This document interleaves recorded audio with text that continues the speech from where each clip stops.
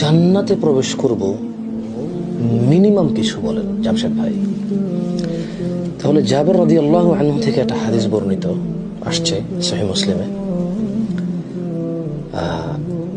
এক ব্যক্তি আল্লাহ নবী সাল্লাল্লাহু আলাইহি ওয়াসাল্লামকে এসে জিজ্ঞেস করলো, আরাআইতা ইযা সাল্লাইতু সালাওয়াতিল মাকতুবাত,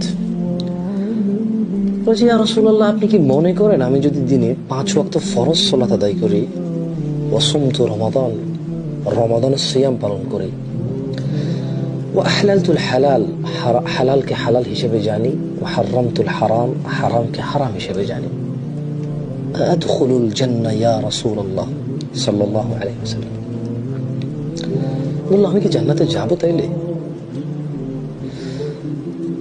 ক্বালা নাআম, রাসূল সাল্লাল্লাহু আলাইহি ওয়াসাল্লাম বলেন, হ্যাঁ তুমি জান্নাতে যাবা। ওই লোক আল্লাহ নবী সাল্লাল্লাহু আলাইহি ওয়াসাল্লামকে বলল, ওয়াল্লাহি, আল্লাহর কসম, লা আযীদু আলা যালিকা শাইআ, আমি এর বেশি কিচ্ছু করব না। মানে এটা মিনিমাম সে করবে, সেদিনে 5 ওয়াক্ত 17 রাকাত সালাত আদায় করবে, বছরে রমাদান মাসে পূর্ণ সিয়াম পালন করবে, অসুস্থ হলে পরে পুরো করে নেবে, হালালকে হালাল হারামকে হারাম হিসেবে জানবে, এর বেশি কিচ্ছু করবে না সে।